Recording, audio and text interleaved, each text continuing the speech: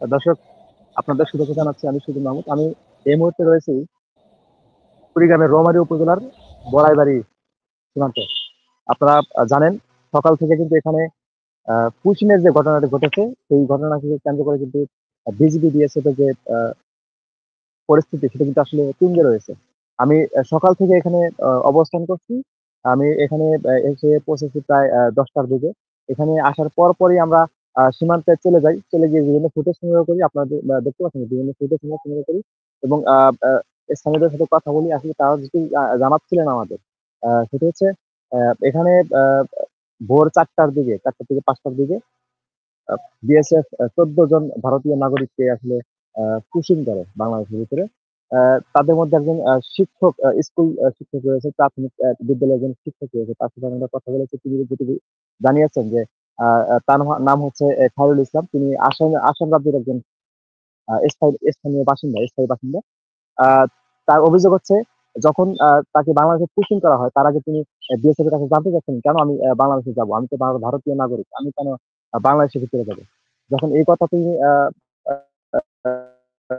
জানতে চান, তখন কিন্তু সেই স্কুল শিক্ষক কিন্তু বিএসএফ এর বিরুদ্ধে যে অভিযোগ তিনি করেছেন, সেটা হচ্ছে সেই স্কুল শিক্ষককে তিনি বিএসএফ কিন্তু মারধর করে। এটি আমরা প্রমাণও পেয়েছি। তার শরীরে বেশ কিছু ক্ষত আমরা দেখতে পাচ্ছিলাম। তিনি আরো যেটি জানাচ্ছিলেন আমাদের যে আহ, তাকে বেশ কিছু টর্চার ছেলে কিন্তু রেখে কিন্তু অমানবিক তাকে নির্যাতন করা হয়। আহ, এবং তার সাথে আরো বাকি 13 জন ছিলেন সেখানে। আমরা তাদের সাথে কথা বলেছি। সেখানে 5 জন নারী এবং 9 জন পুরুষ সেখানে ছিলেন। আহ, সবগুলো পুরুষই প্রায় বয়স্ক ছিল। আমরা যেটা দেখেছি, আসলে তাদের সাথেও আমরা বেশ কথা বলেছি। তারা প্রত্যেকেই অভিযোগ করছিল যে আহ,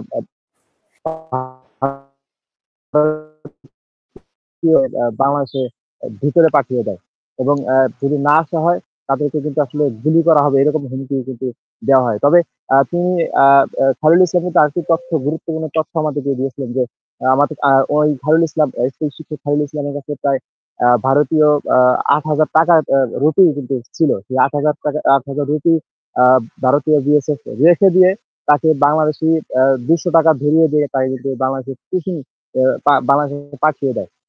তো যখন 4টা 5টার দিকে যখন ভারতীয় বিএসএফ বাংলাদেশে তাদেরকে পাঠিয়ে দেয়, ঠিক সেই মুহূর্তে ভারতীয় বাংলাদেশি কিছু মানুষ, সাধারণ মানুষ তাদেরকে দেখে বিএসএফ বিজিবিকে খবর দেওয়ার পরে তাদেরকে সেখানে আটক করে রাখা হয় বা তাদেরকে এই নোম্যান্স ল্যান্ডে কিন্তু বসিয়ে রাখা হয়। সেই বসিয়ে রাখার পরে এটি নিয়ে যখন ঊর্ধ্বতন কর্মকর্তারা এসে তাকে কোম্পানি কমান্ডার বিএসএফ এর সাথে কথা বলে পতাকা পাঠকের মাধ্যমে যখন আহ, আহ, পতাকা পাঠকের অফার করা হয়, অর্থাৎ চিঠি দেওয়া হয়, সেই চিঠি কিন্তু তারা গ্রহণ করেনি। গ্রহণ না করে তো তাদেরকে আসলে উল্টো জবাব দেওয়া হয় বিজিবিকে যে এটি বাংলাদেশের নাগরিক, আমরা কেন নিচ্ছি। এই ধরনের একটা, মানে পাল্টাপাল্টি যখন, মানে জবাব দেওয়া হচ্ছিল, ঠিক স্থানীয়রা নিশ্চিত করেছেন যে আমরা বিজিবি আমাদেরকে বলেছেন যে 4 রাউন্ড কিন্তু গুলি বিএসএফ কিন্তু বাংলাদেশের বিজিবি কে লক্ষ্য করে নিতে ছেড়ে। এটি আসলে আমরা নিশ্চিত হয়েছি। স্থানীয়রা বলছে 14 রাউন্ড গুলি বিএসএফ কে লক্ষ্য করে, বিজিবি কে লক্ষ্য করে বিএসএফ ছেড়ে, অর্থাৎ আর এবং বিজিবি বলছে যে 14 রাউন্ড না, এটা এখানে 4 রাউন্ড গুলি আসলে বিএসএফ ছড়েছে। তো গুলি ছুড়েছেন, এটা সত্যি ঠিক। তার 10টা, আমার যতটুকু মনে পড়ে, 10টা 40-এর দিকে আহ, বাংলাদেশের যে সাধারণ মানুষ এবং বিজিবি কিভাবে অবস্থান নিয়ে আছে, সেই অবস্থান সম্পর্কে জানতে কিন্তু 10টা 40 মিনিটের দিকে বিএসএফ ড্রোন কিন্তু সীমান্তে উড্ডয়ন করে, যেটি সীমান্ত আইন লঙ্ঘন করেছে বিজিবি বিএসএফ। সেই বিএসএফ কিন্তু সীমান্ত আইন লঙ্ঘন করে সীমান্তে কিন্তু সেই ড্রোনটি উড্ডয়ন করে বাংলাদেশের পরিস্থিতি সম্পর্কে তারা জানছিলেন বা জানার চেষ্টা করছিলেন।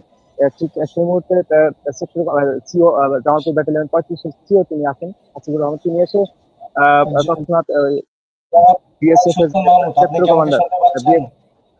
জি, জনাব হ্যাঁ, সুজন জি, শুনতে মাহমুদ, পাচ্ছি। আপনি কি আমাকে শুনতে পাচ্ছেন? জি, আরেকটি বিষয় যেটি হচ্ছে শুনতে পাচ্ছেন? ড্রোন উড্ডয়নের যে বিষয়টি সেটি সম্পর্কে আসলে সর্বশেষ কি জানতে পেরেছেন? বা এটা কতক্ষণ আচ্ছা, পর্যন্ত ড্রোনটি উড্ডয়ন হয়েছে বাংলাদেশের সীমানায়? আচ্ছা। ড্রোনটি উড্ডয়ন হয়েছে প্রায় ওই ১০ থেকে ১৫ মিনিটের মতো ড্রোনটি উড্ডয়ন অবস্থায় ছিল। আমরা যখন ফুটেজ নিচ্ছিলাম ঠিক তখনই কিন্তু ড্রোনটি নিচে নামিয়ে মানে যখন ওরা বুঝতে পারে যে সাংবাদিকের ফুটেজ নিচ্ছে, তখনই ড্রোনটি কিন্তু নিচের দিকে নামিয়ে রাখা হয়। আবারও যখন আমরা ক্যামেরা নামাচ্ছিলাম ঠিক তখনই আবার সেই ড্রোনটি আবারও উপরের দিকে তুলছিল ভারতীয় বিএসএফ। আসলে এই ড্রোনের বিষয়টি আমরা ফলো আপ করে যখন প্রচার করা শুরু করি তখন কিন্তু আ আ আমরা আরেকটি তথ্য যেটি জেনেছি সেটা হচ্ছে ভারত কিন্তু ইতিমধ্যে অস্বীকার করেছে যে আ আ সীমান্তে কোনো গুলি ছোড়ার ঘটনা ঘটেনি। তবে ড্রোনের যে বিষয়টি সেটি যেহেতু আসলে অত্যন্ত মানে এ আইন লঙ্ঘনের একটি কাজ সেটি আসলে বিএসএফ ওইভাবে অস্বীকার করতে পারেনি। তারা কোনো এ এ বিষয়ে কোনো জবাব আসলে আনুষ্ঠানিকভাবে জানায়নি। তবে এই ড্রোনের বিষয়টি অত্যন্ত মানে মর্মাহত করেছে এই এলাকার মানুষকে। কারণ এই সীমান্তের যে সমস্ত আইন যে রয়েছে, আইন কিন্তু আসলে তারা করেছে। জি। আ আ এই জি। বর্তমান যে পরিস্থিতিটা রয়েছে আসলে এখানে আমরা সবশেষ বিজিবির সদস্যদের সাথে কথা বলেছি। তারা যেটি জানিয়েছে এখানে সিও সাহেব এসেছেন। তিনি এসে প্রায় সারাদিনই এখানে তিনি আ আ রয়েছেন এবং বিভিন্ন বিষয় পর্যবেক্ষণ করছেন এবং ভারতীয় বিএসএফ এর সঙ্গে উচ্চতর কর্মকর্তাদের সাথে যোগাযোগের চেষ্টা করছেন। কিন্তু সে তিনি কিন্তু আসলে কোনো ফলপ্রসূ কোনো কোনো কিছু আসলে পাচ্ছেন না। বা কোনো ২ দেশের যে পতাকা বৈঠক হওয়ার কথা সেটি কিন্তু আসলে তিনি আ আ এগোতে পারছে না। যেটি ভারতীয় বিএসএফ কিন্তু গ্রহণ করছে না যে পতাকা বৈঠকের যে অফারটি সেটি আসলে গ্রহণ করছে না। আর এদিকে হচ্ছে জি। এই পরিস্থিতি চলা অবস্থায় আ আ ময়মনসিংহ সেক্টর কমান্ডার কিন্তু ইতিমধ্যে আমরা জেনেছি যে রওনা হয়েছে। তিনি হয়তো ০.৫ ঘন্টা ১ ঘন্টার মধ্যে তিনি এসে পৌঁছে যাবেন এখানে। তিনি আসার পরে হয়তো আবারও আ সেক্টর পর্যায়ে একটা মানে মেসেজ আদান-প্রদানের একটা বিষয় হয়তো এখানে আ থাকতে পারে।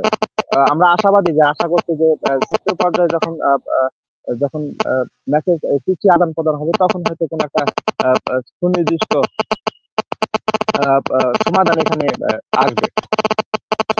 জনাব সুজন মাহমুদ, স্থানীয়দের মাঝে কেমন প্রতিক্রিয়া দেখছেন? এই পরিস্থিতি ঘিরে স্থানীয়দের মাঝে আসলে আপনি কি ধরনের পরিস্থিতি লক্ষ্য করছেন? আচ্ছা, এই আজকের যে ঘটনা আপনারা জানেন যে ২০০১ সালের ১৮ এপ্রিল কিন্তু এই বড়াইবাড়িতেই ভারতীয় বিএসএফ অনুপ্রবেশ করে বাংলাদেশী আ সাধারণ মানুষ এবং আ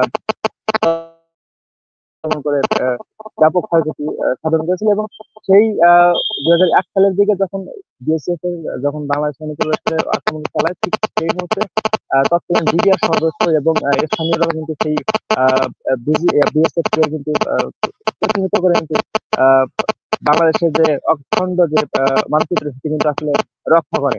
এবং আপনারা জানেন আশেপাশে যে ওখানে সেই সময় কিন্তু ভারতীয় বিএসএফ প্রায় ১৬ জন সদস্য কিন্তু নিহত এবং বাংলাদেশের ৩ জন বিডিআর সদস্য কিন্তু শহীদ হন। এই সেই আমরা তারা স্থানীয়রা যেটা জানাচ্ছেন বা আমাদেরকে তারা যেটা এই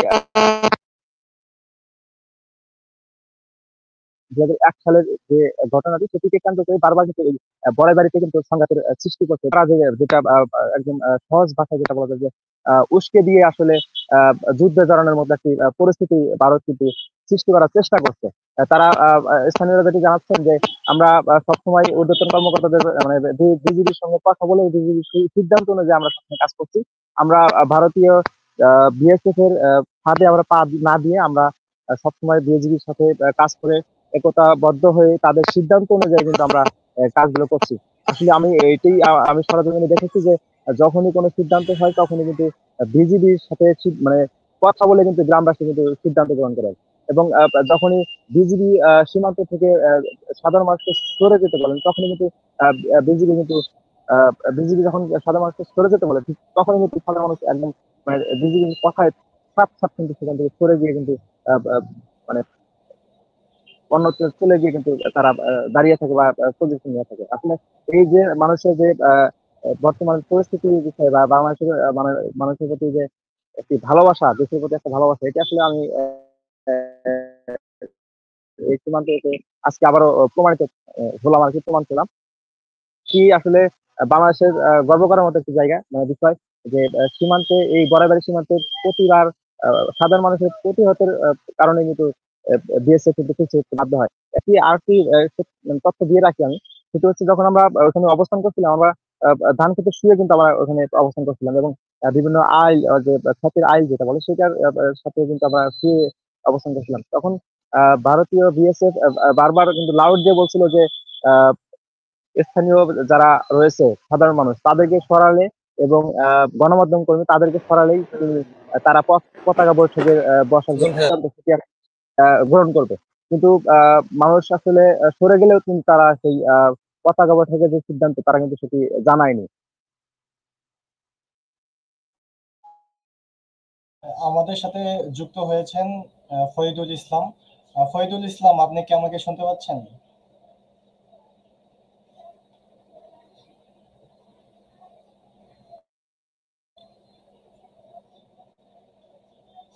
আমাদের সাথে যুক্ত হয়েছেন মনোযোগ প্রকাশের বিশেষ প্রতিনিধি ফরিদুল ইসলাম, যিনি এখন বরাইবাড়ি সীমান্তে অবস্থান করছেন।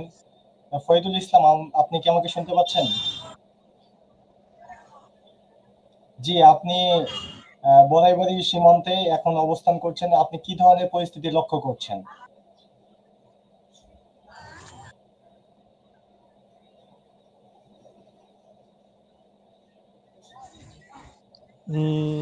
সবাইকে ধন্যবাদ মনোযোগ প্রকাশের বিশেষ এই লাইভে। আমি এখন বর্তমানে অবস্থান করছি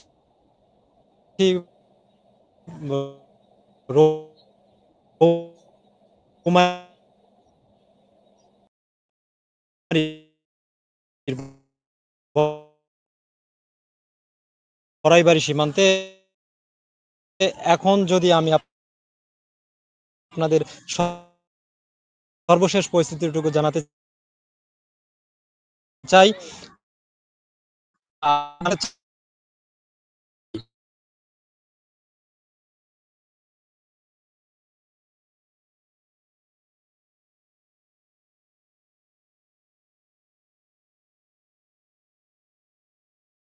সেনা মোতায়েন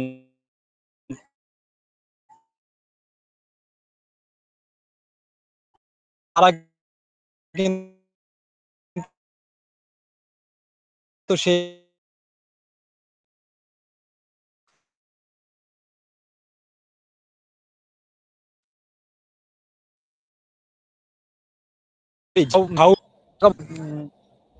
সিস্টেম একটা কথাবার্তা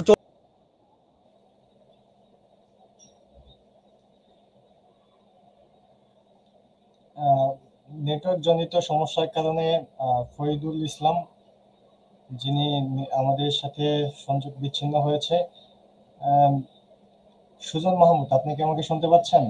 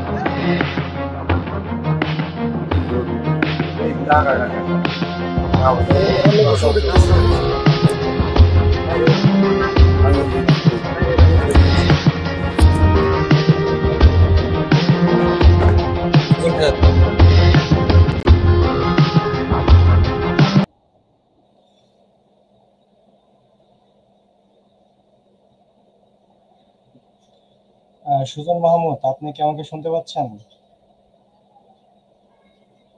জি, শুনতে পাচ্ছি।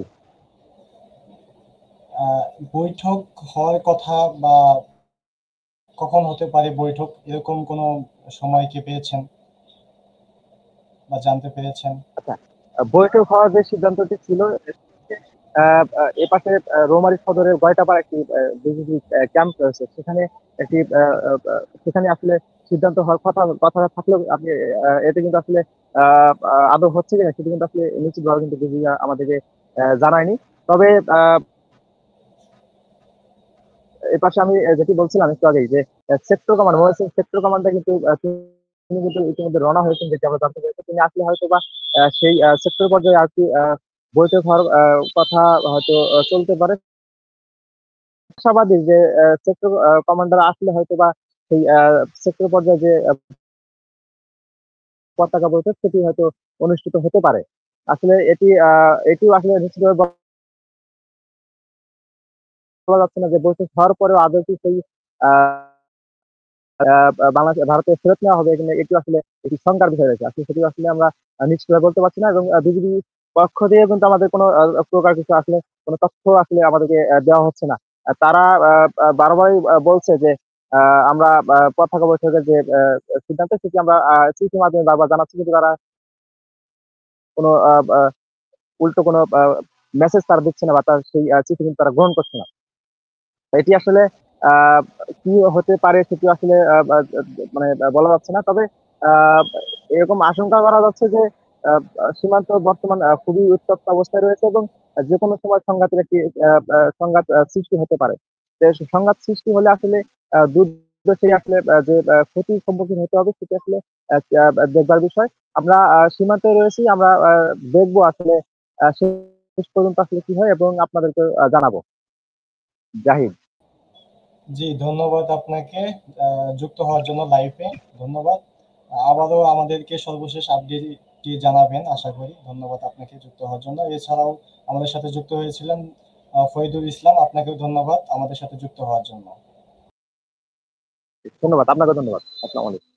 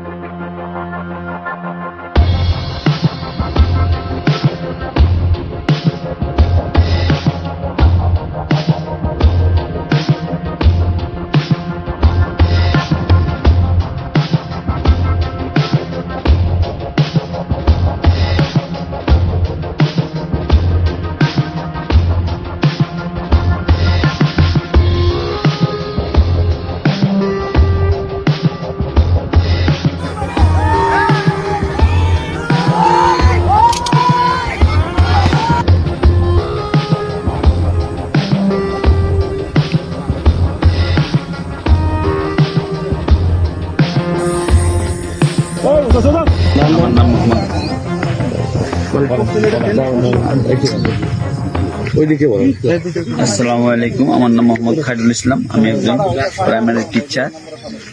আমার স্টেট হইল আসাম।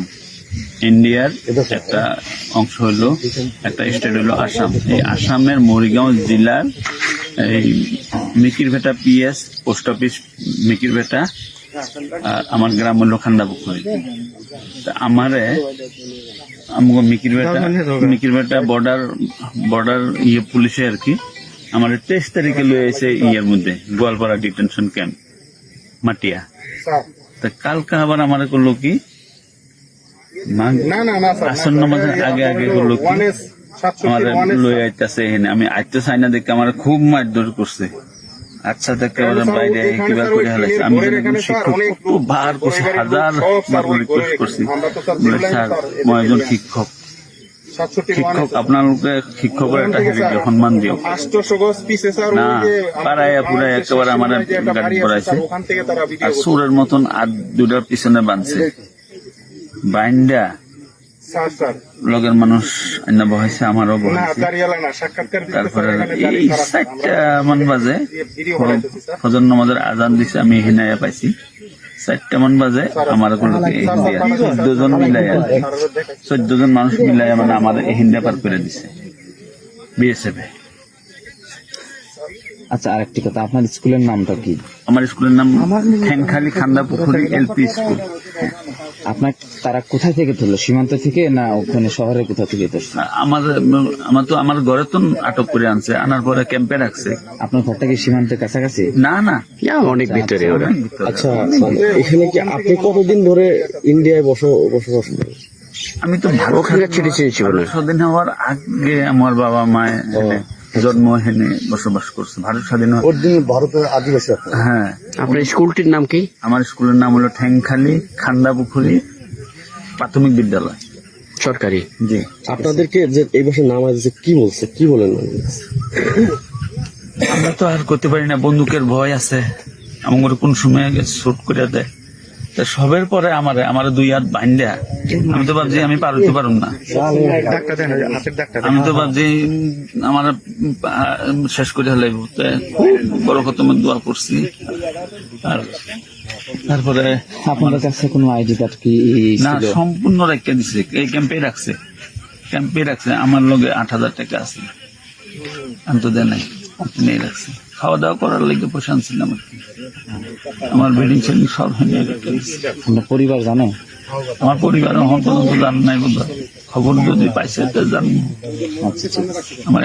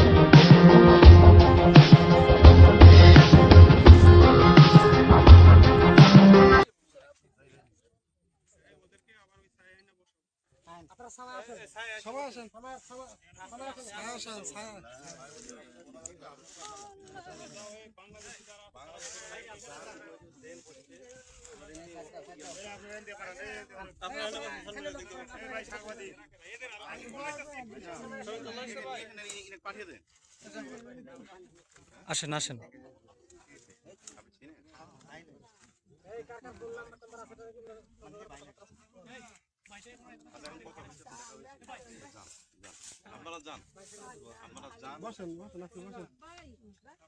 আসেন আসেন আসেন আসেন আসেন, বসেন বসেন বসেন বসেন বসেন বসেন বসেন।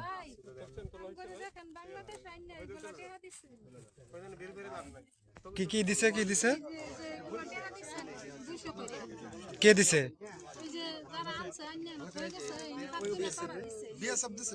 বিএসএফ দিছে, সবাইকে দিছে। এটা আপনাদের দেশের টাকা?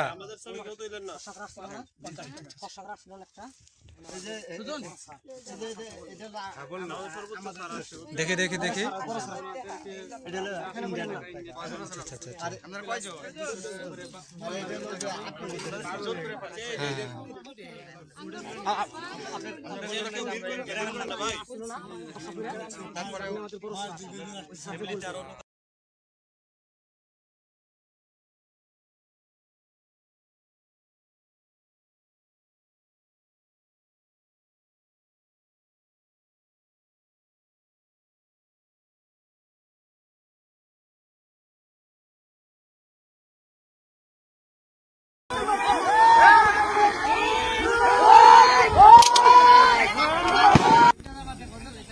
আমি আসবো না, অসুবিধা না, কেউ স্যার আসছে আমরা আসবো না, ওখানে আনি রাখি না, পরে আমি আসছি মোটর কাছে যাবো, আপনার কাছে যাবো, অসুবিধা নেই, বুঝছেন?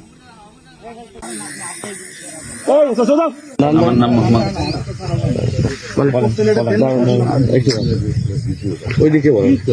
আসসালামু আলাইকুম, আমার নাম মোহাম্মদ খায়রুল ইসলাম, আমি একজন প্রাইমারি টিচার। আমার স্টেট হইল আসাম, ইন্ডিয়ার একটা অংশ হইল, একটা স্টেট হইল আসাম। এই আসামের মরিগাঁও জেলার এই Mikirbheta PS post office Mikirbheta, আর আমার গ্রাম হইল খান্দাপুকুরি।